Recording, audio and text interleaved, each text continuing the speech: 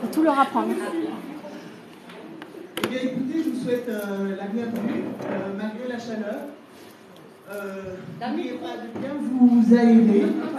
Et on est heureux d'accueillir pour la troisième fois en Suisse Chantal et Aurore. Donc, hier après-midi, nous avons passé une excellente après-midi.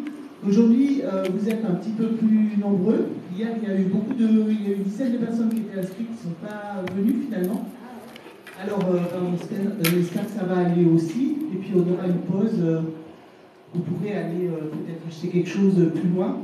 Alors, aujourd'hui, le sujet, c'est le Christ, la vie du Christ. Et puis, je voulais vous dire qu'il est quand même toujours parmi nous aujourd'hui. Voilà. Et c'est pour ça que j'ai choisi ce sujet. Alors, je vous souhaite une magnifique après-midi et je vous souhaite plein de miracles et tout plein de foi. Et que toutes les bénédictions pour vous et pour tout le monde. Oh, c'est gentil.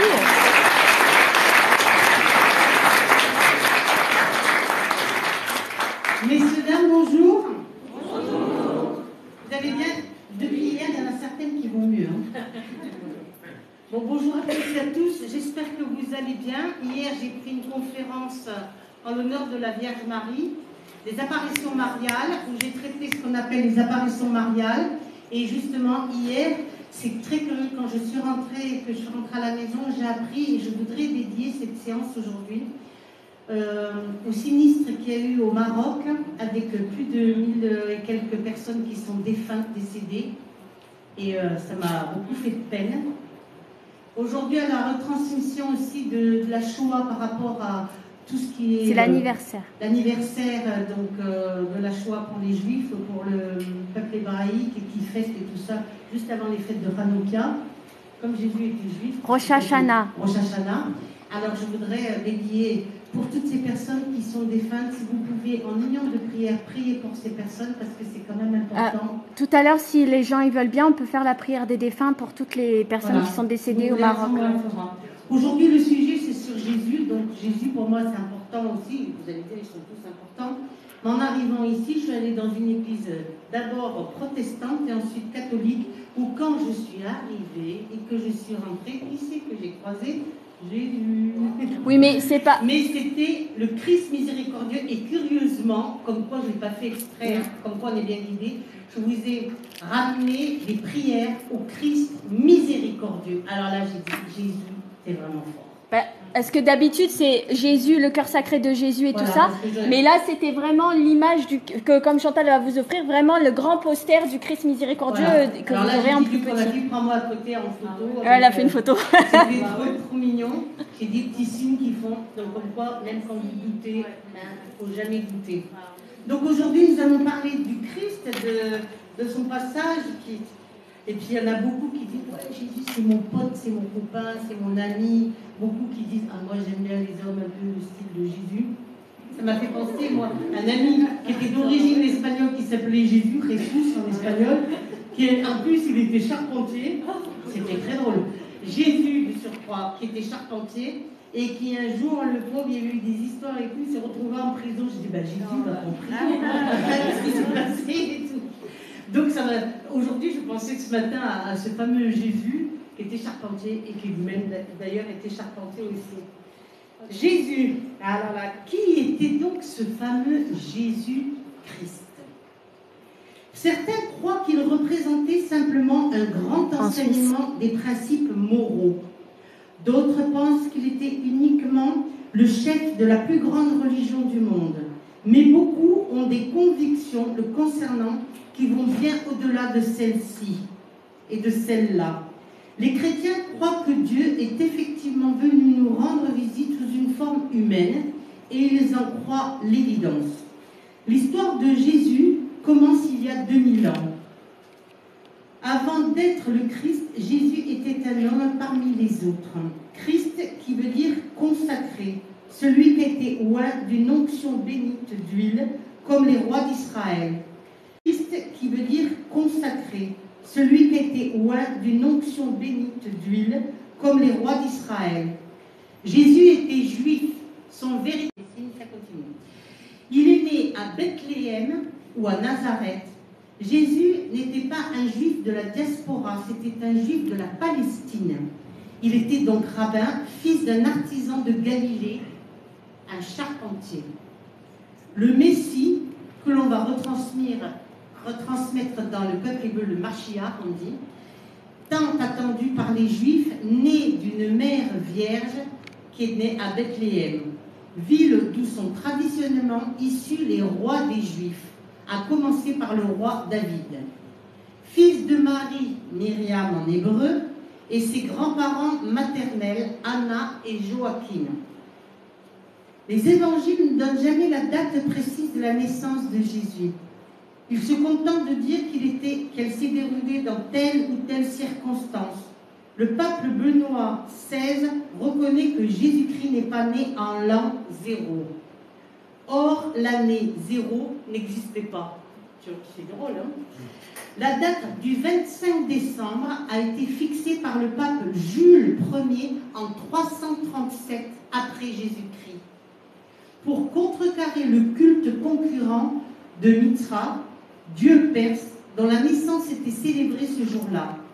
D'après la Bible, Jésus est né alors que Hérode le Grand était encore en vie. Or, celui-ci est mort en 4 avant Jésus-Christ. Alors, d'après certaines écritures, on ne sait plus tout le monde qu'est-ce qui est vrai, qu'est-ce qui est faux. Hein. Je pense, à mon avis, qu'il serait du signe du poisson ou du bélier. Toi, à ton avis, il est né au mois de mars. Pour moi, il est né au mois de mars, comme au printemps. Donc, né en Israël. Pourquoi aussi tu penses ça, chouchou? Parce qu'il était guérisseur. Le Christ, on le prie beaucoup. Pourquoi? Parce que c'est le maître au niveau de la guérison. Quand on invoque beaucoup le Christ, c'est pour obtenir des guérisons. Quand on prie Marie, c'est pour les enfants. Elle combattait aussi les maladies comme ce qu'on appelle la lèpre ou le choléra ou tout ce qui est maladie sexuellement transmissible comme, comment ça s'appelait à l'époque, la syphilis. Voilà, vous pouvez la prier aussi. Et c'était surtout par rapport à la lèpre. Comme on le disait, une dame qui était lyonnaise qui est venue hier, quand elle a apparu à Lyon... Mais ça, c'est la Vierge. Là, c'était la Vierge, c'était pour combattre la lèpre, pour soigner les malades. Mais le Christ, on le prie, beaucoup de thérapeutes, beaucoup de guérisseurs, beaucoup de personnes qui se retrouvent dans les soins, dans la guérison, invoquent beaucoup le Christ pour obtenir des grâces de guérison. Qu'est-ce que tu conseilles pour les personnes qui sont de mettre dans leur cabinet de... Alors, moi, ce que je conseille pour les personnes qui soignent, les soignants, d'accord, de mettre 3 représentations de Jésus-Christ. La première, c'est la photo du Saint-Suaire. Tu l'as? Elle est derrière toi. Voilà. C'est la face sacrée de Jésus-Christ. D'ailleurs, vous n'êtes pas très loin. Torino, en Italie, c'est là où tous les 10-20 ans, on sort ce qu'on appelle le Saint-Suaire et on doit aller le voir, on se présente devant, on rentre dans l'église qui se trouve à Turin, et on rentre, on passe devant et on passe devant ce qu'on appelle la représentation du Saint-Suaire. Ensuite, ça c'est la face cachée de Jésus-Christ. Ensuite, il y a le Sacré-Cœur de Jésus, parce que le cœur sacré de Jésus, c'est, comme il avait dit, que tout serait fait par le cœur. Donc le cœur, c'est l'amour. C'est le siège de l'âme. Où est votre âme? Le siège de l'âme chez le cœur, chez les personnes humaines, c'est le cœur. Et ensuite, le Christ miséricordieux que je vais vous offrir aujourd'hui et que j'ai vu à l'église, qui a un très beau Christ miséricordieux à côté. Donc le Christ miséricordieux, pourquoi? Parce qu'il envoie les faisceaux de lumière bleue et blanche, c'est pour obtenir des guérisons. Quand on a la représentation dans un cabinet des 3 Christ dans lequel je viens d'indiquer, le Christ miséricordieux, c'est pour envoyer l'énergie de guérison, le magnétisme, la lumière. Le Sacré-Cœur de Jésus pour reconnaître tout son amour et tout ce qui est dans le cœur. Et le Saint-Suaire, parce que c'est une photo on obtient beaucoup de guérison. Donc il est bon d'avoir, pour ceux qui soignent, les 3 représentations christiques dans lesquelles je viens de nommer. Et surtout pour les rebouteux, c'est beaucoup le rebouteux, ostéopathe et tout ça, c'est le Saint-Suaire. Beaucoup le Saint-Suaire pour les rebouteux et les ostéopathes, ceux qui travaillent dans l'ostéopathie. Donc dans ces 3 représentations, je pense que là vous êtes après au taquet et vous pouvez travailler et invoquer le Christ et envoyer des énergies sur les personnes dans lesquelles nous devons soigner. Donc, né en Israël en l'an 6 et l'an 1 avant notre ère. Ce devait être un homme grand, au visage très fin, avec des yeux très clairs. Alors certains disent qu'il avait des yeux bleus, d'autres ils disent qu'il avait des yeux verts, d'autres qui disent qu'il avait des yeux noisettes. Bon, on s'en fout un peu. Hein. Ouais, moi je pense qu'il devait avoir des yeux bleu-vert. Moi j'appelle ça des yeux caméléons. Tu t'arranges. Non, Bleu, vert, marron, comme ça. Des yeux clairs qui changeaient en fonction du temps. Ce devait être un homme grand au visage très fin, avec des yeux très clairs. Le Saint-Suaire nous donne une image saisissante de son vrai visage. Par contre, il y a une petite fille qui a fait une NDE qui aurait rencontré Jésus et qui l'aurait peint. Alors, je ne sais plus comment elle s'appelle cette peinture, mais elle dit que c'est la représentation, le vrai Christ, comment il est. Voilà. Mais je ne sais plus, vous regarderez sur Internet, c'est une petite qui a fait une NDE. Le grand maître spirituel hindou, indien Mahatma Gandhi, c'est quelqu'un d'exceptionnel, parlait avec admiration de la vie sainte et des paroles profondes de Jésus. De même, l'érudit juif Joseph Closer a écrit « Il est universellement reconnu que le Christ enseigna les lois éthiques les plus pures et les plus sublimes, qui font pâlir les préceptes moraux et les maximes des hommes les plus sages de l'Antiquité. Pour moi, avant tout, c'était un prophète, comme Mahomet et comme Moïse, un mystique, un guérisseur, un exorciste aussi, et surtout, il accomplissait des miracles. Il était à sa dernière incarnation. Jésus croyait en un seul Dieu, priant son Père comme le seul vrai Dieu. Mais dans la même prière, Jésus parle d'avoir toujours existé auprès de son Père.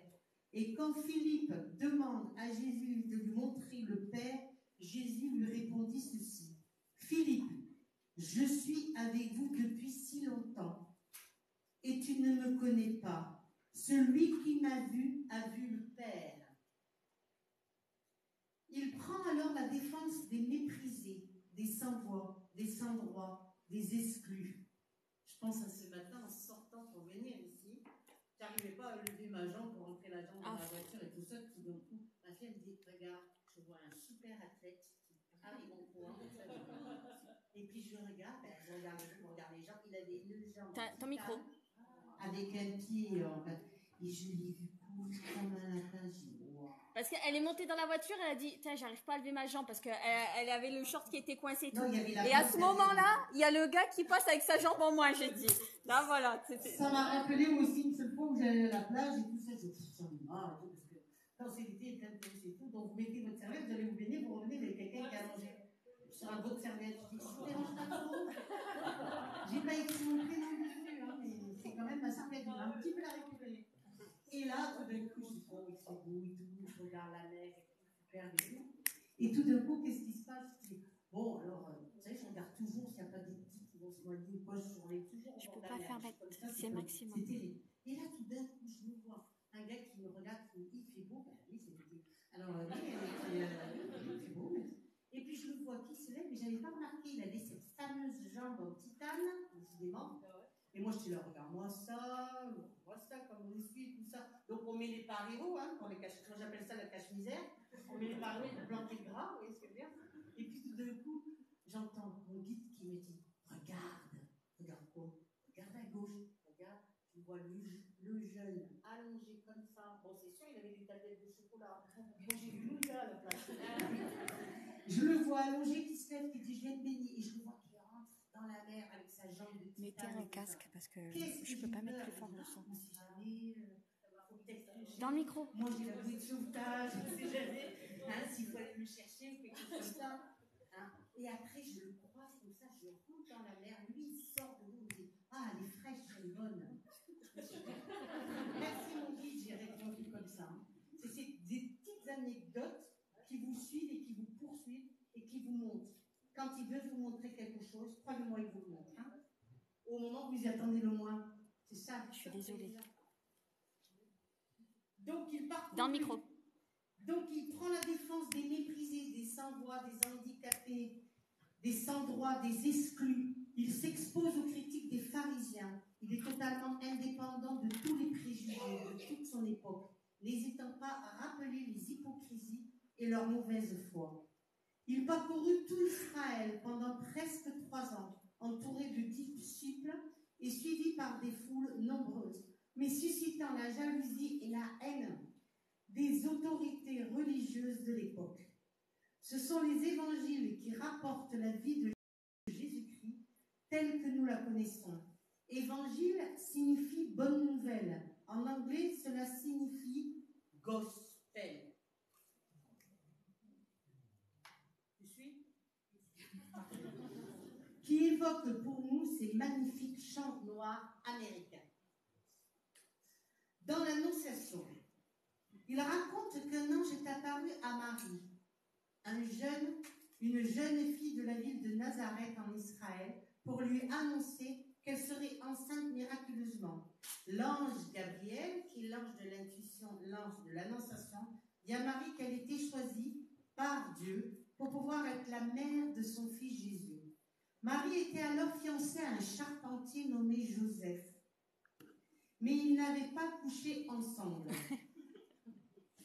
L'ange apparut aussi à Joseph et lui demandant de garder la future mère et son fils, malgré le discrédit que cela allait jeter sur lui et sur toute sa famille. À cette époque, avoir un enfant hors mariage était très mal vu et provoquait le rejet de la société. C'est pour ça que c'est l'ange Gabriel qui a donc annoncé l'annonciation. C'est pour ça que beaucoup de voyants et de médiums prient beaucoup l'archange Gabriel, parce que c'est l'archange de l'intuition et Le jour de Gabriel, c'est demain, c'est lundi.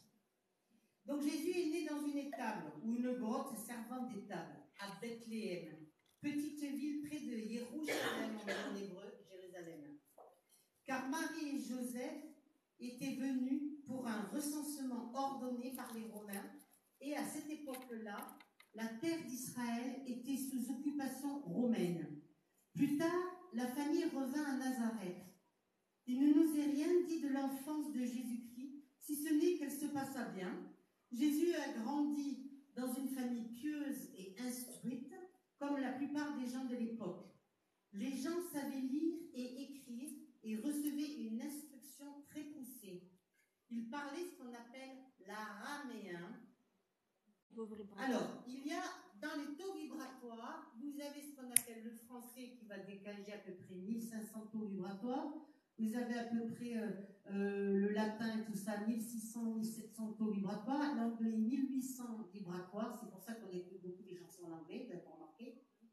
Et après, l'hébreu, 2000 au niveau du taux vibratoire. L'araméen, entre 2200 et 2300 taux vibratoires. Tout à l'heure, on vous mettra la prière du Christ en araméen. Ok.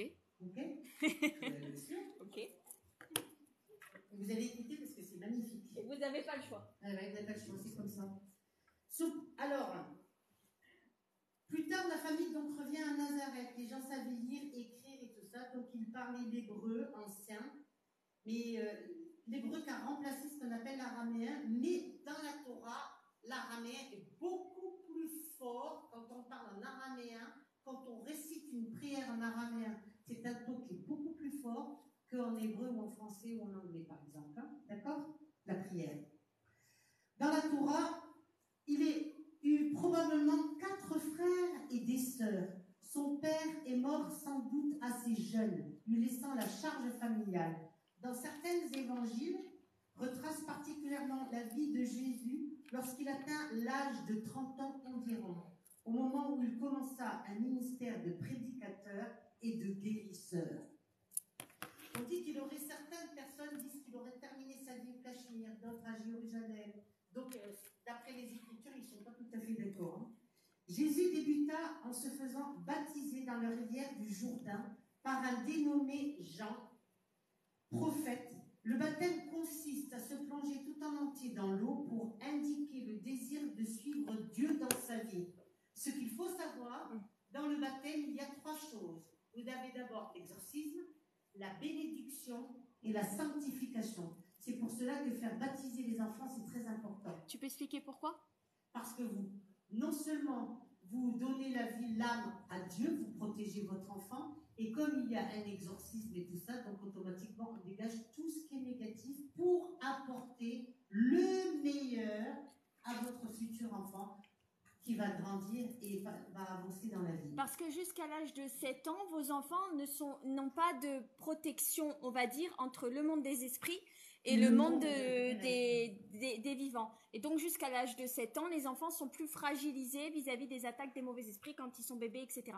C'est pour ça que le baptême a un exorcisme, c'est pour protéger l'enfant des attaques des mauvais esprits. Des attaques des mauvais esprits et tout ce qui s'ensuit. Donc, les apôtres, en souvenir des 12 tribus d'Israël, les évangiles mentionnent 3. Marie, proche de Messie, différente de sa mère, Marie de Magdala, Marie de Béthanie et la pécheresse pardonnée dont nous parle saint Luc. Ces hommes accompagnaient les femmes, parrainées par plusieurs, c'est-à-dire nourries par quelques personnes qui s'étaient attachées d'emblée à Jésus, logeant les uns chez les autres, constituant un petit groupe d'une trentaine de disciples par rapport au Christ. Il accompagnait Jésus dans son ministère itinérant à travers Israël, ce ministère qui consistait essentiellement en enseignement dans la synagogue le jour du Shabbat, en discours aux foules et en guérisons multiples, parfois du lever du soleil à son coucher du soleil. Jésus guérissait tous les malades qui lui étaient apportés. Il faisait du bien partout autour de lui et accueillait avec amour tout le monde, notamment ceux qui étaient rejetés par la société, les prostituées, les femmes battues. Et c'est pour ça qu'il y avait beaucoup, à cette époque, les femmes étaient lapidées quand il y avait des problèmes et tout ça. Il chassait ce qu'on appelle les démons. Il ressuscitait les morts. Il faisait beaucoup de miracles. Jésus pardonnait aussi leurs fautes à ceux qui croyaient en lui et il donnait la force de recommencer leur vie de façon différente. Il disait qu'il était le Messie, c'est-à-dire l'envoyé de Dieu pour sauver le monde. Messie est un terme hébreu. En hébreu, c'est Mashiach. Son ministère dura 3 ans. Jésus devint de plus en plus populaire. Des milliers de gens se déplaçaient pour l'entendre, le voir, être guéri ou bien être pardonné de leurs fautes. Sa renommée était telle qu'elle que certains chefs religieux juifs de l'époque virent en lui un concurrent à éliminer. Cela d'autant plus que Jésus leur reprochait ouvertement leur comportement d'hypocrite. Mais ils n'osaient s'emparer de lui car la foule l'adorait. Et comme la foule suivait le Christ, ils étaient quand même très prudents. C'est alors que comme Jésus se rendait comme chaque année à Jérusalem pour la fête de Pâques, Judas, l'un de ses 12 amis les plus proches qui vivait nuit et jour avec lui depuis 3 ans, le livra entre les mains des chefs religieux. Mais avant tout ça, Jésus a tenté. Tenté pourquoi? Les tentations dans le désert de Judée, à l'est de Jérusalem, comptent parmi les plus importants dans l'évangile de Jean. Il fut conduit par le Saint-Esprit. C'est l'Esprit de Dieu dans le désert. Pourquoi? Pour pouvoir être tenté par le diable pendant les fameux 40 jours.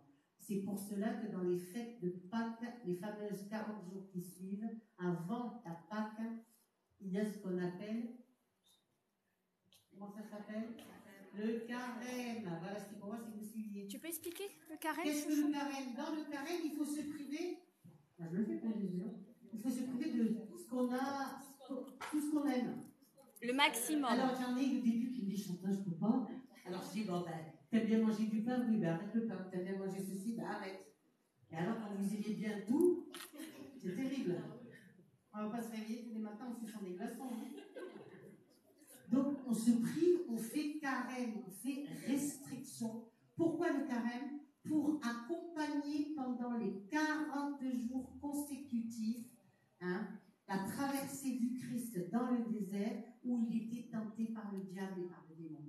Alors, donc le carême, ça dure pendant 40 jours. Donc, pour ceux qui le font bien, il y a ceux qui mangent qu'une fois par jour. Et c'est pas obligé que ça soit que la nourriture. Ça peut être aussi les mauvaises langues, c'est-à-dire d'arrêter de parler mal de son voisin, par exemple. Ça peut être aussi d'arrêter de lire, de regarder la télé. Mais il faut que ce soit difficile. Faut pas que ça soit quelque chose des doigts dans le nez, j'y arrive, j'ai fait 40 jours tranquille. Non, il faut que ça soit difficile parce que vous accompagnez Jésus. Et les 40 jours aussi, c'est aussi les 40 jours qui ont à voir aussi quand vous faites la prière des défunts. Après quelqu'un de proche de vous vient de décéder, il faut prier pendant 40 jours consécutifs pour qu'il puisse monter dans la lumière. Et ça a rapport aussi avec les 40 jours où Jésus, quand il est décédé, il est réapparu à l'ascension, parce qu'il a mis 40 jours sur terre, il est monté au ciel et l'Esprit Saint, il est venu. Ça correspond aux 40 jours de prière aussi pour les défunts. Et les 40 jours dans le désert. Quand on fait ce qu'on appelle le carême, c'est important parce que non seulement on accompagne Jésus, mais on peut aussi demander des grâces. Il y a plein de choses qui se passent. Hein.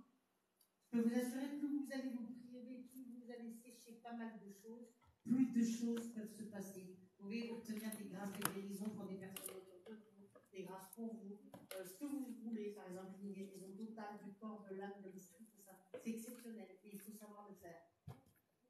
Et on n'arrête pas, genre le week-end, le dimanche, on fait un peu la fête. Non, c'est 40 jours consécutifs, hein, faut pas tricher.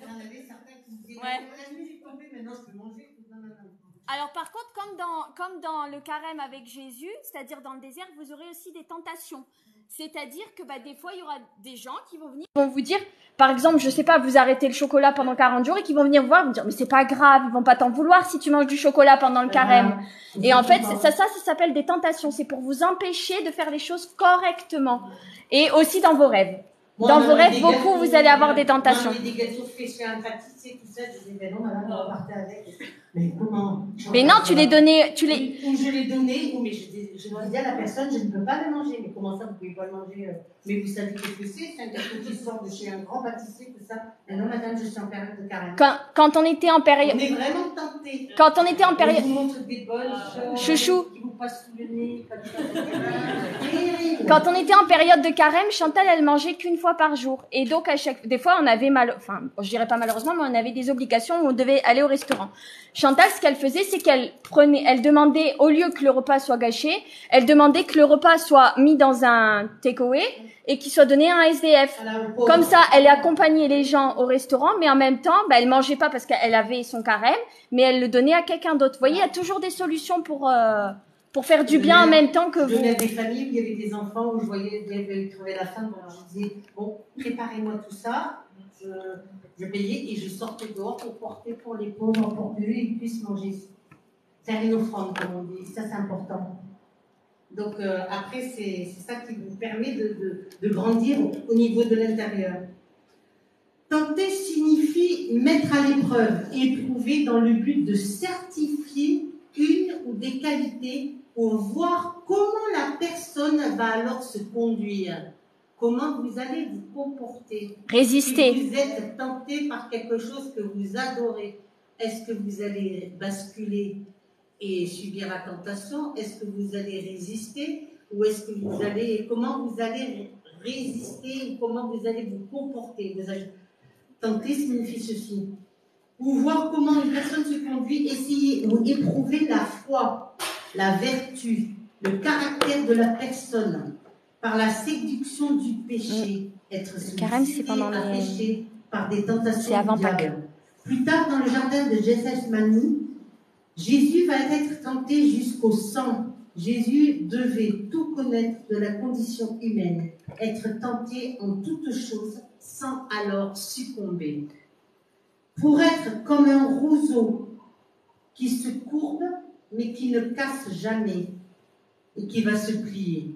Il y a aussi dans le bouddhisme, quand Bouddha a voulu a fait sa grande illumination, comment on appelle ça, quand il est parti de l'autre côté, il a été aussi tenté comme Jésus par le diable. Eux, ils appellent ça Mara, mais c'est aussi les tentations pour l'empêcher d'arriver voilà. Comme il a eu pour Jésus, Bouddha, il a eu la même chose. Parce que le Bouddha, Siddhartha Gautama, c'est la voie du juste milieu. Et il y a une grande fête qui réunit, je sais plus quand. Au mois de mai, ça s'appelle le Wesak. On dit que c'est le rassemblement de Jésus et de Bouddha, parce que Bouddha, c'était 5000 ans avant Jésus-Christ. Jésus et Bouddha se rassemblent dans le ciel. C'est une très belle fête, au Wesak. Donc, le désert signifie région désolée, inhabitée, être abandonné des autres, privé de l'aide et de la protection des autres, en particulier d'amis de relations. C'est sûr que dans le désert, vous êtes tenté par les gâteaux ou comme ce soit, hein, mais d'accord. Tu es tenté autrement. C'est que s'il le domine, il dominera alors tous les peuples de la terre, y compris nous, le salut vient des Juifs. C'est la raison pour laquelle il va tenter de tuer Jésus à la naissance. Jésus, avec Marie et Joseph, devra fuir en Égypte pour échapper à la colère d'Hérode, qui ne peut supporter la présence d'un autre roi en Israël. Sa mission alors a commencé ce jour-là. Il est venu pour accomplir toute justice, la justice divine, qui n'a rien à voir avec la justice sur terre. Chaque jour de ces 3 années et demie de ministère porté d'empreintes de la croix, de la mort et du renoncement à lui-même, chaque jour il s'est chargé de sa croix. Le lendemain du baptême de Jésus, Jean le Baptiste reçoit une révélation en voyant Jésus venir à lui. Le lendemain, il vit Jésus venant à lui et lui dit ceci. « Voici l'agneau de Dieu qui enlève le péché du monde. » Jésus mit sa vie sur l'autel dès le début de son ministère, sans jamais en descendre malgré toutes les pressions exercées contre lui. La mission de Jésus, comme l'agneau de Dieu sur la terre, a bien commencé ce jour-là et se termine par la crucifixion. Les tentations subies par Jésus pendant ce jeûne, la Bible relate plus particulièrement 3 tentations dans le récit du jeûne, ou 3 reprises où Jésus devait gagner la victoire sur l'ennemi. La première tentation nous est présentée à la fin du jeûne. Après avoir jeûné 40 jours et 40 nuits, il eut faim. Le tentateur s'étant approché lui dit ceci. « Si tu es le Fils de Dieu, ordonne que ces pierres deviennent du pain. » Jésus répondit ceci. « L'homme ne vivra pas de pain seulement, mais de toute parole qui sort de la bouche de Dieu. » Nous remarquons que dans cette tentation, Jésus a été tenté au niveau de la nourriture du corps. Ah, cette fameuse nourriture, terrible. De la convoitise, de la chair et de l'obéissance à la parole qui sort de la bouche de Dieu. La deuxième tentation. Le diable le transporta dans une ville sainte, le plaça sur le haut du temple et lui dit ceci. « Si tu es fils de Dieu, jette-toi en bas, car il est écrit, il donnera des ordres à ses anges à ton sujet, et ils te porteront sur les mains, de peur que ton pied ne heurte contre une pierre. » Jésus va lui répondre ceci.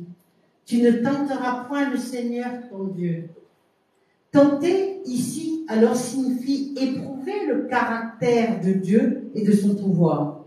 Nous retiendrons plus spécialement ce passage. Si tu es le Fils de Dieu, Jésus a été éprouvé au niveau de son identité par le doute. Voici la 3e tentation. Le diable le transporta encore sur une montagne très élevée, lui montra tous les royaumes du monde et leur gloire et lui dit ceci. Je te donnerai toutes ces choses si tu te prosternes à moi et si tu m'adores. Jésus va lui répondre ceci. Retire-toi, Satan. Tu adoreras le Seigneur ton Dieu et tu le serviras lui seul. Alors le diable le laissa et voici des anges vinrent auprès de Jésus et le servirent. Ces versets nous montrent que Jésus a été tenté au niveau de la convoitise du monde et de la gloire du monde et surtout au niveau de l'adoration. C'est ce que tout le monde vit quand dans l'Eucharistie, l'adoration. Non, mais c'est ce que tout le monde vit au quotidien, tous ceux qui ont pour la gloire, l'argent et quand par exemple toi en tant que médium, toi tu dois être quelqu'un qui doit être dans le centre, et si tu as l'ego démesuré, c'est plus là-haut que tu sers, mais c'est le bas, c'est ça? Voilà, c'est ça, le bas astral. Du monde et surtout au niveau de l'adoration. Le diable la recherche pour lui-même, surtout de la part de Jésus-Christ. C'est la créature qui cherche l'adoration de la part de son Créateur. Mort et résurrection de Jésus de Nazareth. On appelle passion du Christ les souffrances et la mort qu'il a subies. Petite parenthèse, dans la passion du Christ, comme le Padre Pio, qui revivait à chaque célébration de messe, puisque c'était un stigmatisé, dans les mains, dans le cœur et dans les pieds, la passion du Christ. À chaque messe que célébrait Padre Pio en Italie, il reverrait à chaque fois la passion du Christ. Et quand on allait chercher Padre Pio pour aller le chercher, pour le ramener à sa chaise, comme on dit, ecclésiastique, on regardait par terre, il y avait ce qu'on appelle une mare de sang rouge écarlate. Dans les stigmatisés, comme Thérèse Newman. Elle est là derrière. Thérèse Newman, vous voyez un petit peu? Ça, c'est la passion du Christ. C'est cher payé, hein? Voilà. C'est des saints, hein? C'est des saints. On a tout ça. Evorio qui était en Calabre. Derrière toi? Une sainte. On a tout ça. Il y a un autre aussi, Alberto aussi, qui est en Italie. Ah, où il y avait des bus, ils allaient pour le voir et tout ça. Un grand, avec des cheveux tout blancs, qui a les stigmates du Christ, qui revit la passion du Christ. J'ai pas Alberto, j'ai pas de réponse. Voilà, Padre Pio avait des stigmates dans les mains, d'accord? Mais il a sur le cœur, parce qu'il avait des bandelettes, et sur les pieds. Donc à chaque célébration, le sang coulait jusqu'à les pieds et ça faisait une marque de sang. Et il y avait un monsieur aussi qui l'avait pris en photo et qui a eu l'apparition de la couronne d'épines posée sur sa tête. Sur sa tête. Et Sainte Rita aussi. Et Sainte Rita, qui a eu la couronne, qui a tapé sur sa tête, le sang a coulé et on dit que le sang de Santa Rita di Cassia, d'accord, sentait le sang, il avait une odeur d'amande. Mais au début, ça sentait la pourriture. Oui, au début, ça sentait une boue et après, ça sentait une odeur d'âme. Comme si on avait des amandes fraîches sur le front de Sainte Rita qui coulait. Et Padre Pio, ça sentait? La violette et Dondi la rose. Il y en a beaucoup. Mais beaucoup, quand on passait comme ça, parce que Padre Pio, quand il passait à côté des malades, à 1,50 m, 2 m, sans les toucher, il les guérissait. Sans les toucher, je suis désolée, je peux rien faire. Des grands malades. Donc il avait une odeur de violette et tout ça. C'était waouh, c'était très très fort. Par contre, les stigmates, ils disparaissent quand? Ils disparaissent à la mort, voilà. Quand le saint décède, souvent après. Alors d'après ce qu'on appelle les études médicales et tout ça par rapport aux stigmates et ceux par rapport au Padre Pio, ils n'ont jamais trouvé comment c'était venu et comment c'était parti. À la mort, ça disparaît tout seul. C'est venu tout seul et ça disparaît tout seul.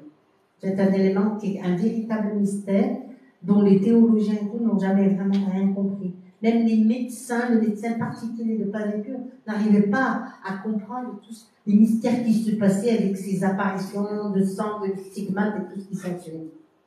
Et à la mort, après, ça disparaît petit à petit à la décomposition du corps. Et c'est pour cela, comme des grands saints, comme le Padre Pio, comme Sainte Bernadette de Soubirous, comme Sainte Thérèse de l'Enfant Jésus, quand vous ouvrez la chasse c'est la représentation du saint que vous aurez, ils sont intacts. C'est-à-dire le corps ne part pas en décomposition. Et souvent, le corps, quand vous vous présentez à côté, c'est des odeurs de parfum de rose. Par exemple, Sainte Thérèse de l'Enfant Jésus, un parfum de rose rouge. On dirait que vous avez un bouquet qu'on vous met dans le nez comme ça. Rose, chouchou, c'est rose. Rose, Sainte Rita, c'est des roses rouges et tout ça. Donc, quand vous avez des choses comme ça, c'est extraordinaire. Ça prouve bien qu'ils ont vécu. Et ils avaient tous une adoration comme Sainte Thérèse de l'Enfant Jésus, qui avait une adoration pour le Christ. D'ailleurs, qui a été, Sainte Thérèse de l'Enfant Jésus est la sainte patronne de tous les infirmiers et les infirmières. Parce qu'il y a des infirmiers et des infirmières. Mais elle n'est pas stigmatisée, Sainte Thérèse. Les infirmiers et les infirmières aujourd'hui, ben voilà, c'est votre sainte patronne. Et elle est consacrée docteur de l'Église. C'est la petite Thérèse. Parce que Sainte Thérèse d'Enfant Jésus, c'est la petite Thérèse qui a enterrée à Lisieux. Et Sainte Thérèse d'Avila, c'est la grande Thérèse qui est en Espagne et qui a fait beaucoup de miracles pour les enfants et tout ça. Mais eux, ils ne sont pas stigmatisés. Mais eux, ils ne sont pas stigmatisés. Mais ce sont des saints. Eh oui. Donc, quand on voyait, par exemple, pour Natuzza et Bobbio, quand beaucoup de gens voulaient obtenir des guérisons, qu'est-ce qu'ils faisaient? On ne pouvait pas aller la voir comme ça, hein, c'était pas possible. Qu'est-ce qu'on faisait? On t'a dit, prenez le courrier, ils écrivaient. Dès que le courrier arrivait devant la sainte, sans regarder le courrier, elle prenait la lettre comme ça, cachetée, comme ça, elle prenait, elle disait, bon, c'est bon, cette personne, tu pourras lui répondre que je veux la voir, cette personne, je ne veux pas la voir, cette personne, c'est pas possible et tout ça. Sans ouvrir, sans regarder le courrier, la lettre. Et croyez-moi, des miracles, ils l'ont fait. D'ailleurs, il y avait... Et il continue de l'autre côté. Et il continue encore de l'autre côté. Il y a le père, comment il s'appelle, qui est décédé, le père qui a écrit... Le père d'Arobert? Non, pas le père d'Arobert. Lui, c'est le père d'Arobert, c'était le fils spirituel de Padre Pio. Le père... celui avec qui j'étais confuse. Celui qui a écrit le livre... Le père André-Marie? Non, il est mort. Ah, il est mort, le monsieur? Le père... bon, si ça me revient, je vous dirais. Et qui a fait beaucoup de conférences et qui a très bien connu Natuzza Evorio, tout ça, et qui allait en Italie avec les prêtres pour essayer d'étudier ce fameux mystère du stigmate. Et ils n'arrivaient pas vraiment à trouver. C'était incroyable, mais c'est comme ça. Et il faut savoir que chaque saint, tous ont été attaqués par le démon.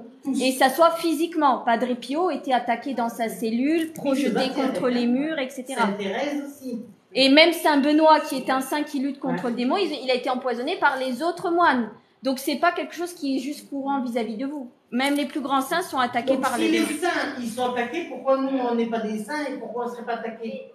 Oui. Saint-Antoine de Padoue. Saint-Antoine de Padoue, c'est attaqué. Ah, parce qu'en ce moment, je vais toujours à l'église, au centre de jeunesse, et Saint-Antoine de Padoue. Oui. Saint-Antoine de Padoue, c'est le saint patron des amoureux et c'est le saint patron qui fait retrouver tout ce que l'on a perdu. Qu'est-ce que vous Mais avez on perdu? peut avoir perdu plein de choses, madame. On peut avoir perdu sur un plan matériel, mais on peut avoir perdu, par exemple, la joie, le bonheur, la santé.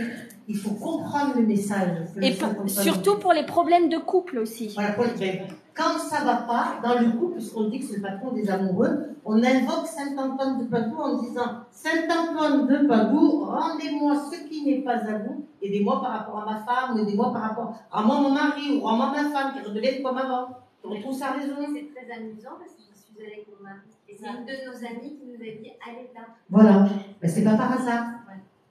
Des fois, nous choisissons le saint, mais des fois, j'ai envie de dire, le saint aussi, il vous choisit. Et ça, c'est Et extraordinaire. dans ma voiture, je vais partout en ce moment. Oui, c'est un saint qui est très très fort.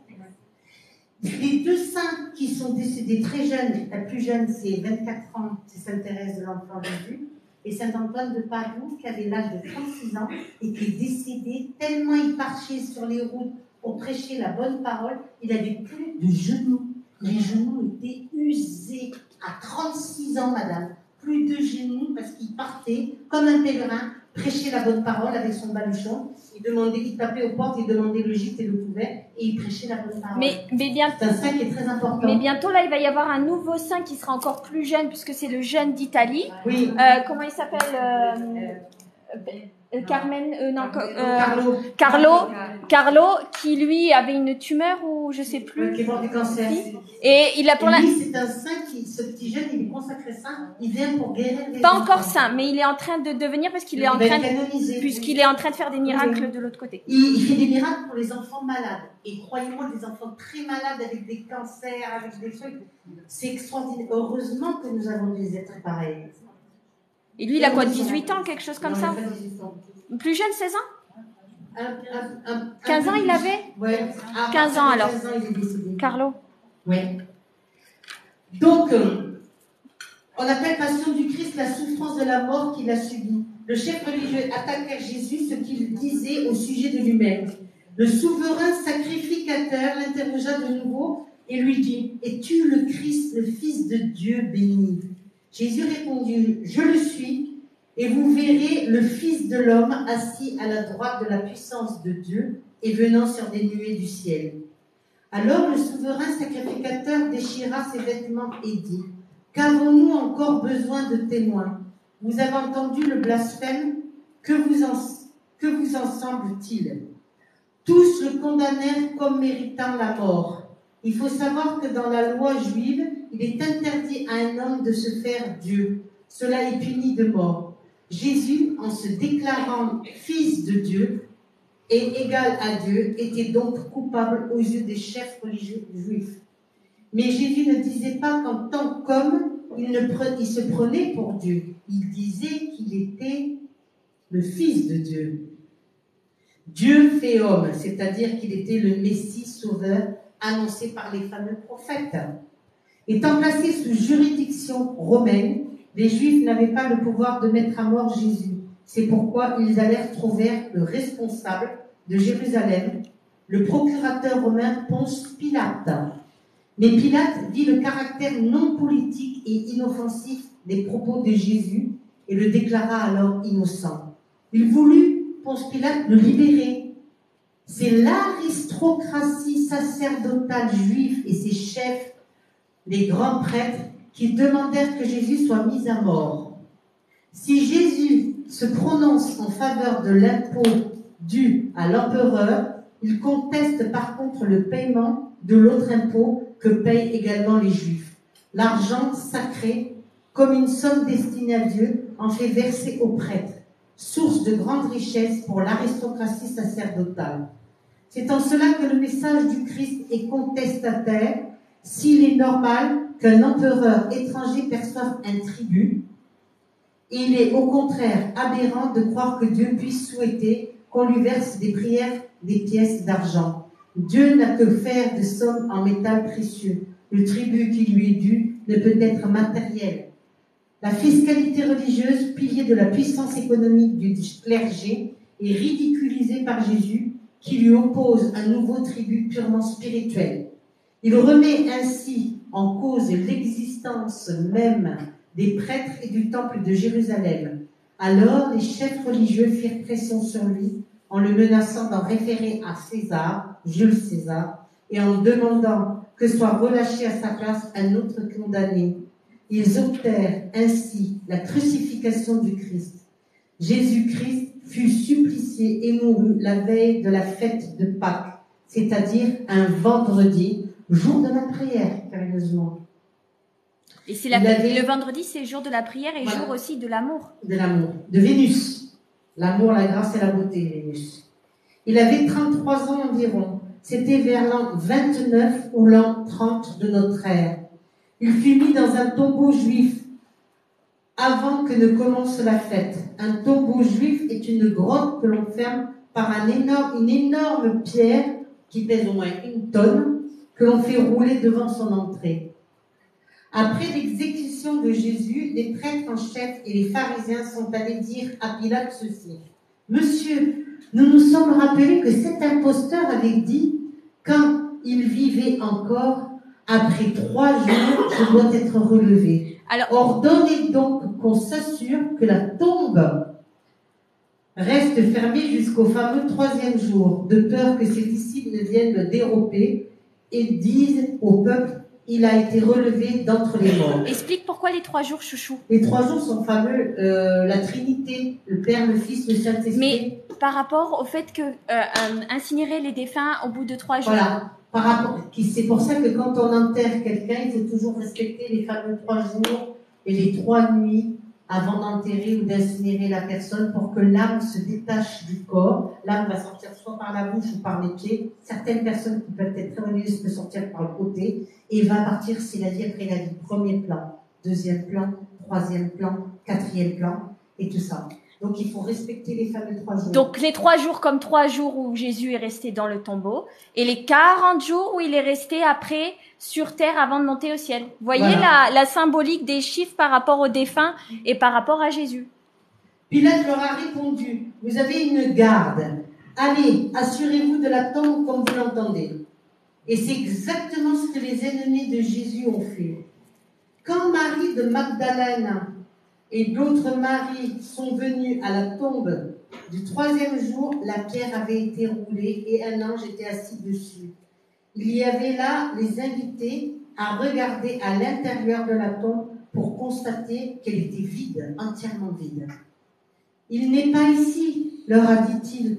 Il a été relevé. Sur une période de 40 jours, Jésus ressuscité est apparu à ses disciples dans le jardin où il trouvait sa tombe, sur la route d'Emmaüs ou en d'autres lieux.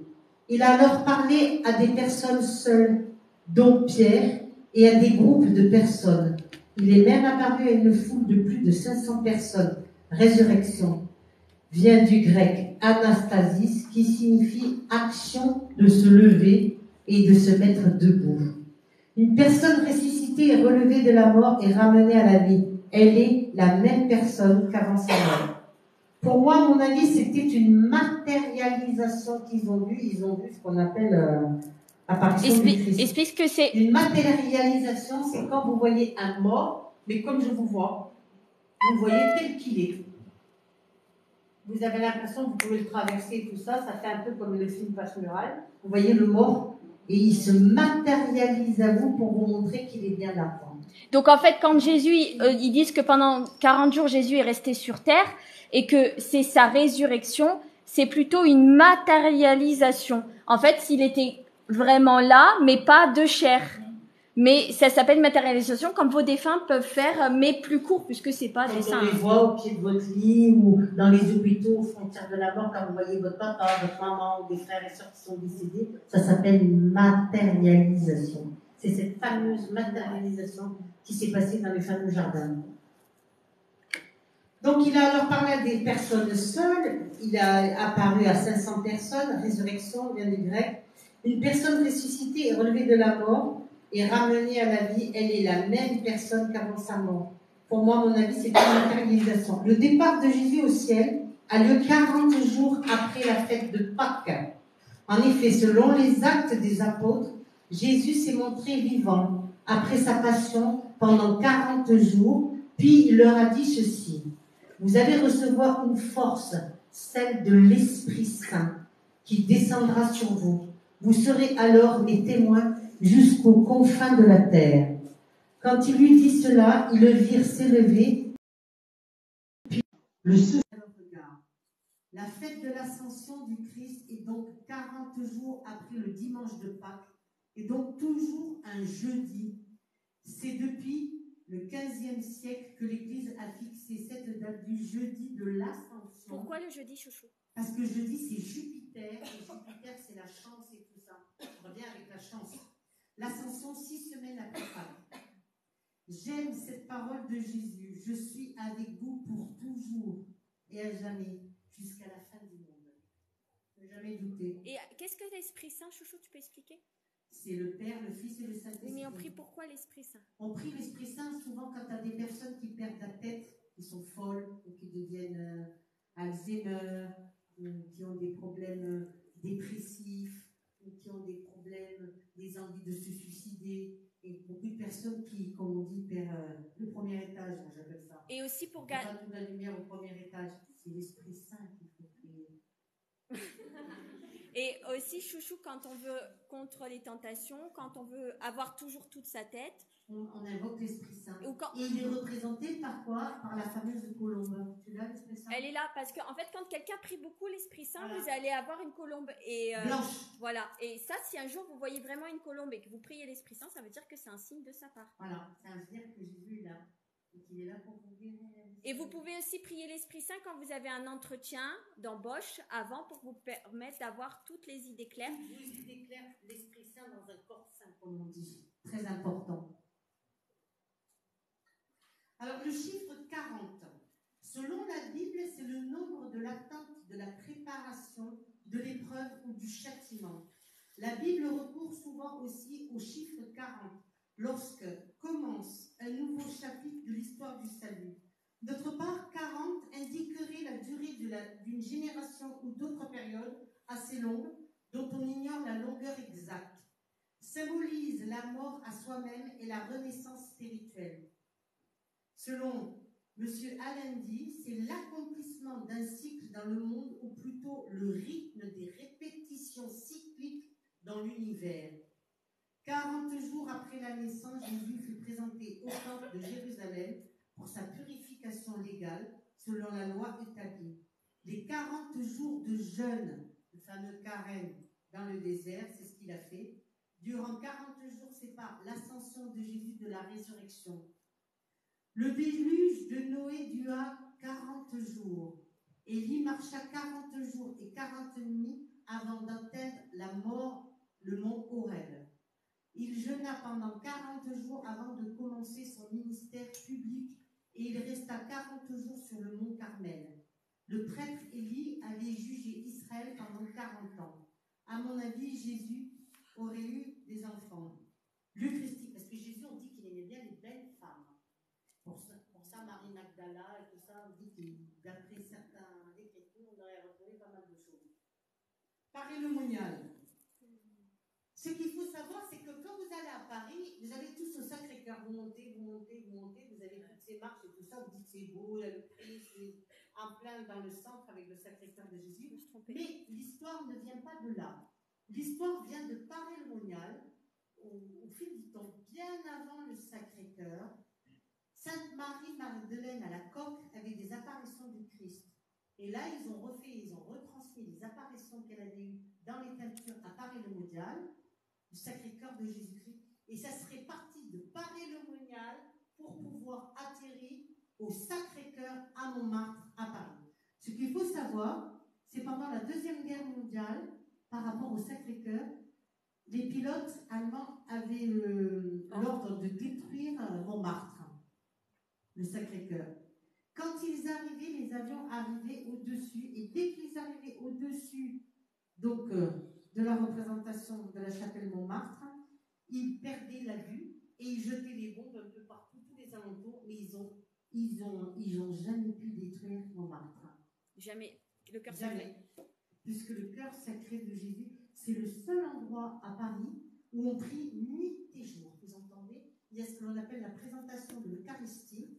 Et vous avez la présentation de l'Eucharistie et vous pouvez prier nuit et jour pour demander des guérisons.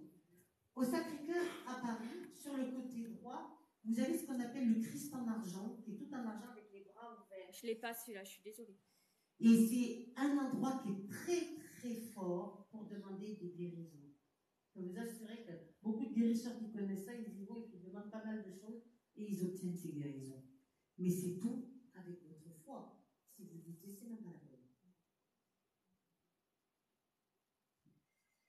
Donc, Paray-le-Monial, sa fondation a été effectuée en l'an 977, vous voyez, hein, par les moines.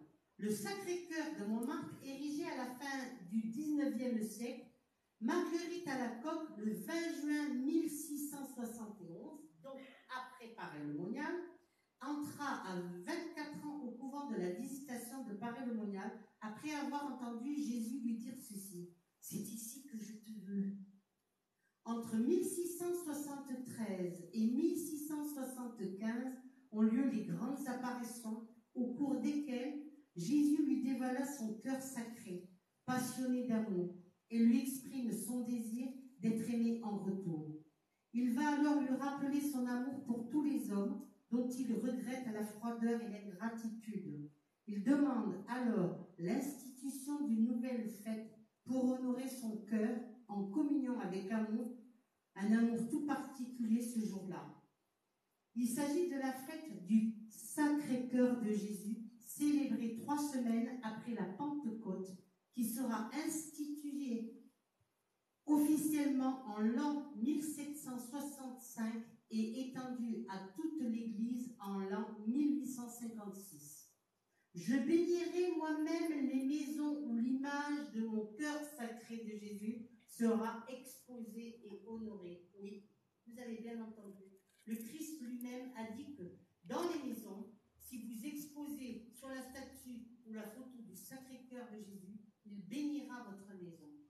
À vous de choisir. C'est pour ça que j'ai parlé de la représentation classique du Sacré-Cœur de Jésus aussi. Dozulé. Alors, Dozulé, c'est un nom aussi qui est un peu magique. Dozulé, c'est en Normandie, d'accord? Madeleine Aumont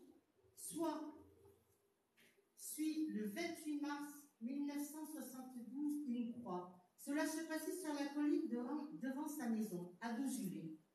D'une clarté éblouissante, elle n'avait pas le Christ dessous. Une voix lui dit: Exces Crucis Domini, voici la croix du Christ. Vous ferez connaître cette croix et vous la porterez. Jusqu'en l'an 1979, Madeleine va avoir des messages de Jésus-Christ. Madeleine a eu 49 apparitions du Christ entre le 28 mars 1972 et le 6 octobre 1978 à Dozulé. C'est pas si vieux que ça. Ces apparitions et les visions se répartissent comme suivant: 35 apparitions de Jésus, 5 visions d'hosties miraculeuses, 2 apparitions de l'archange Michael et 7 apparitions de la croix glorieuse et lumineuse. La miséricorde divine apparut à la mystique Sainte Faustine Klomachka,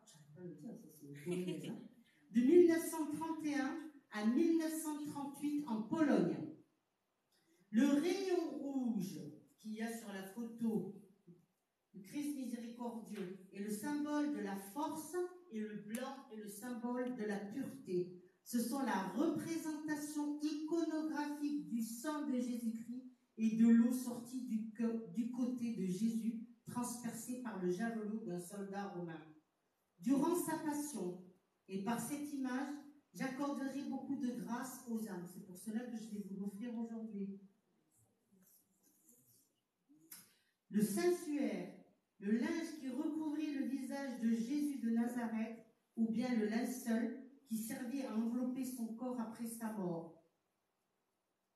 Donc, les trois représentations que je vous ai données, le Sacré-Cœur de Jésus, le Saint-Suaire et le Christ miséricordieux, qui vous fera, j'espère, si vous faites la petite prière qui est derrière, qui accordera des guérisons si vous le souhaitez, avec foi et avec confiance et avec amour.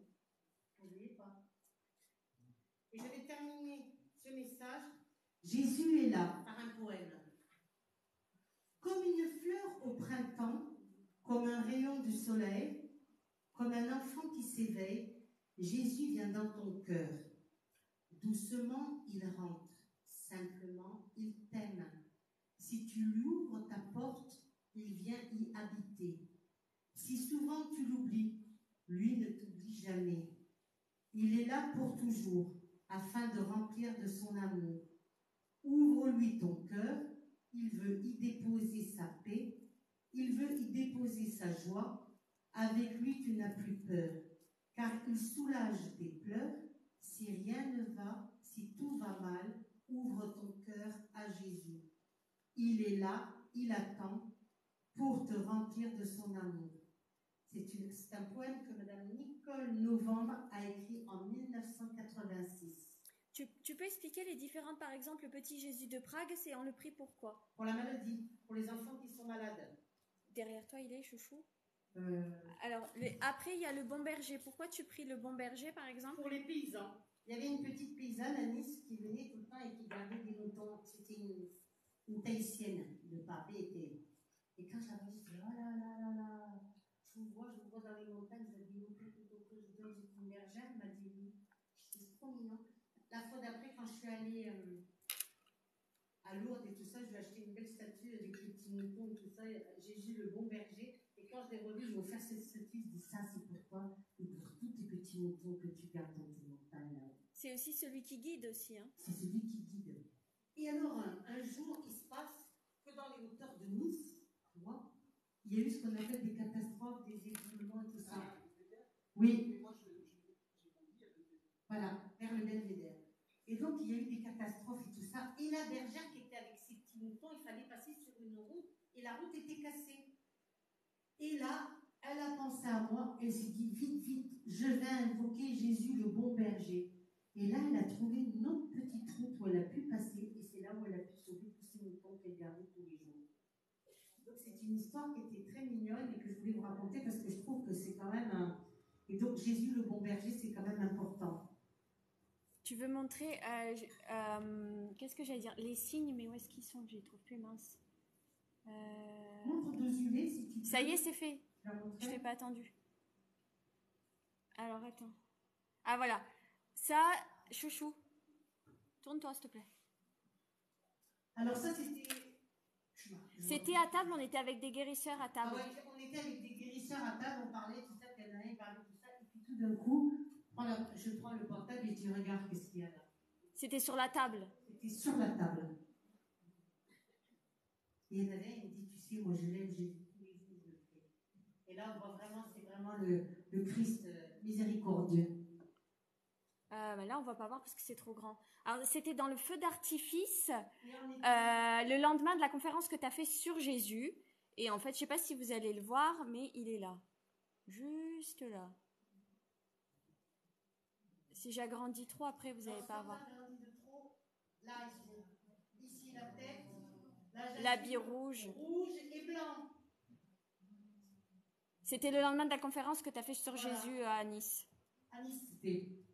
À Nice, il se passe pas mal de choses hein, quand même. Non, c'était pas Nice, c'était à la maison. C'était le lendemain de la conférence. Le lendemain à la maison. Ah oui. ça c'était des voitures. Souvent j'ai des signes sur la route.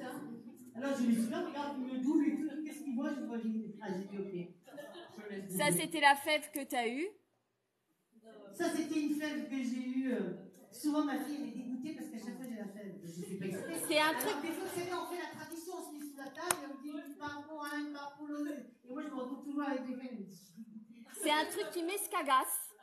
C'est parce que la dernière fois, j'en ai tellement marre qu'elle a la fève. Elle avait encore la fève, mais j'oubliais que chez nous, on en avait 2 des fois. Et donc, du coup, j'ai dit, vas-y, j'en ai marre, prends ma part. De toute façon, t'as déjà eu la fève. Et il y avait ma fève dans la part. J'ai donné 2 fois, j'étais dégoûtée. C'était Jésus. Ah oui, ça, c'était quand on était perdu et que du coup, t'as demandé qu'on trouve ton chemin dans la montagne. Souvent, Jésus, quand j'étais perdue, je l'invoque et tu sais, souvent, il me trouve le chemin. Et là, il m'avait trouvé le chemin à la montagne. Attends, ça, on va pas le voir. Ah oui, quand il y avait le Sacré-Cœur. Sacré-Cœur. Ah oui, là, c'était un, là, je sais pas, là, ça se voit. On voit bien la croix. La croix, mais surtout Jésus avec son habit blanc et sa barbe.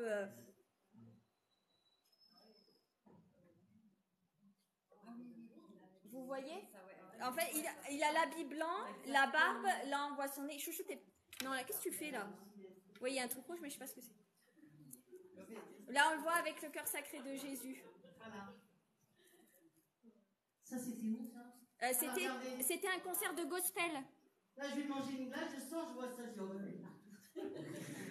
Ça, c'était au concert de gospel. Voilà. Et ça, dans ce concert en gospel qui était en plein air, en plein été, là, j'ai vu au fond comme ça, j'ai dit waouh, c'était très très fort. Et là, c'est sur la photo, juste un mois avant que tu t'en ailles au Brésil. On a été voir Jésus au Brésil. Et en fait, je sais pas si vous connaissez un peu comment Jésus il est au-dessus d'une montagne. Et il fait face au... Voilà. Et en fait, on le voit là sur le côté. Tu peux montrer, chouchou? Non, tu vois pas. Là, c'est là où il y a la flèche. On voit Jésus de profil. Il y a la ville en dessous et on voit ses mains qui sont... 2 heures pour le faire. Voilà. Et c'est une photo... La montagne. Et quand vous allez là-bas, c'est... le Christ, il doit mesurer au moins 37 ou 40 mètres. Dans ça. On voit bien sur le côté. C'est à vous de bien regarder les photos parce que souvent sur les photos, il y a pas mal de manifestations. Ça, c'est ma chère Gélati qui est décédée. Ah oui, ça c'est quand tu priais que tu as reçu une rose pour le Christ. Et en fait, le poisson c'est quoi ça, chouchou, déjà? C'est la venue du Christ, c'est le partage. Voilà, et en fait, la veille de la conférence, qui est là le téléphone, la veille de la conférence de Jésus qu'on a fait à Sanary, j'ai cassé le téléphone et ça a fait un poisson.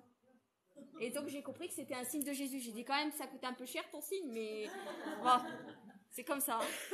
Et juste après, on avait eu le poisson où il était marqué Jésus. Vous voyez le poisson juste... Parce que de voir des estafettes avec Jésus avec les machins, j'en croisais pas tous les jours. Hein, et il est mort Ah oui, ça n'en verra pas, il n'y a pas assez de... Ah ça voilà. Regardez, on était sur un bateau. C'est pas la tienne de photo, ça c'est la photo de Pascal. On voit bien Jésus là quand même. Hein. Dans la mer, comme quoi, il faut... Et il y en a une autre, je sais pas si on va la voir. Il marche plus. Ah non, il y en a une autre avec ton camion, mais on la voit pas. Bon, c'est pas grave. Bon, voilà. Une fois, je sais plus où j'étais, je voulais me garer, j'arrivais pas à trouver de place, mais une estafette qui passe, il y avait marqué, il y avait Grincheux, tu sais, je dis, bah ça va, Grincheux. C'est quoi le rapport avec Jésus, là, chouchou? Comme quoi, les estafettes, il faut bien regarder les voitures et tout ça. Et j'arrivais pas à trouver. Ça faisait 4 fois, 5 fois, je cherchais une place pour garer la voiture. Je disais que j'étais un Grincheux. Ils sont drôles quand même. Hein. Ils ont beaucoup d'humour. Ils ont l'amour et l'humour là-haut. Il ne faut pas l'oublier, jamais. Hein. Très important. Est-ce qu'il y a des... On va mettre alors la prière en araméen. Tu veux la prière en araméen? Oui. Est-ce que ça c'est important? Oui. Alors. Est-ce qu'il y a des questions en attendant? Des témoignages, des personnes qui auraient vécu des témoignages avec le Christ ou des choses, je ne sais pas moi, qui peuvent intéresser les gens. Ils sont pas là-bas. Oui. Moi, j'ai fait, en fait, peut-être parler de Saint-Antoine de Padoue. Moi, je prie beaucoup Sainte Rita et Padre Pio. Oui. Jamais Saint-Antoine de Padoue. Et je l'ai vu en rêve. Il m'est venu en rêve. Et puis, quelqu'un disait Saint Antoine de Padoue, Saint Antoine de Padoue, tu dois prier Saint Antoine de Padoue. Et vous l'avez fait au moins? Et puis depuis. Tous les Et jours. après, je suis tombée tout le temps, par exemple en Italie, sur des statues de Saint Antoine. J'allais dans des églises, il y avait Saint Antoine de Padoue. Ça veut dire que le saint t'a choisi pour faire un signe. Tu veux quoi, chouchou? J'ai déjà oublié. Notre Père en araméen, on va terminer là-dessus. Plus de questions? Ils ont tout compris, c'est génial. Ah, merci quand même. Bonjour. Bonjour, moi j'ai vécu il y a 3 ans une grosse dépression. Et puis depuis là, donc je connais la nature. Oui. Et ça m'est venu Hildegard de Bingen. Cette Hildegard de Bingen, oui. Et puis j'ai l'impression qu'elle me dit toujours d'aller de plus en plus vers la nature, vers la connexion avec l'environnement. Voilà, les choses vraies et authentiques. Et c'est vrai que, et vous vous rechargez dans la nature. Ah, Est-ce que vous priez Jésus, monsieur? Aussi, oui. Faites-le. Hein. J'espère que la prière qu'on va vous offrir, elle vous servira. Explique ce qui c'est, Sainte Hildegard de Bingen, chouchou. Sainte Hildegard de Bingen est une sainte allemande qui était visionnaire, guérisseuse, qui a fabriqué des tisanes, des produits pour se soigner et tout ça, et qui chantait, qui jouait de la musique, qui était religieuse, qui était tout simplement exceptionnelle. Sainte Hildegard est une sainte qui est très très puissante. Surtout, ouais. Il y a des CD où il y a des chants retransmis par rapport à Sainte Hildegard que l'on peut écouter et qui nous aident au niveau de la méditation et tout ça. Ils sont exceptionnels. Attends, je l'ai là en plus. Oui. J'ai une fois dans mon rêve, il y a subitement tout d'un coup une image toute ronde, toute illuminée avec le visage de Padre Pio. Oui. Elle est arrivée, elle est trop partie. Et mis à part ça, j'ai toujours prié les Vierges, le Seigneur et tout, mais j'ai eu un épisode dans ma vie où on m'a conseillé de prier Saint Rita. Oui. Riskieren Sie nicht, die Fotos und Videos von Ihrem Telefon zu verlieren. Il y a plusieurs trucs qui se sont manifestés. J'ai eu la réponse à mes questions. J'attendais des résultats très très très importants. Mais très fort, Saint Rita. Oui. Concernant mon fils, j'attendais vraiment des résultats importants. Et tout d'un coup, dans mon rêve, je vois, comment dire,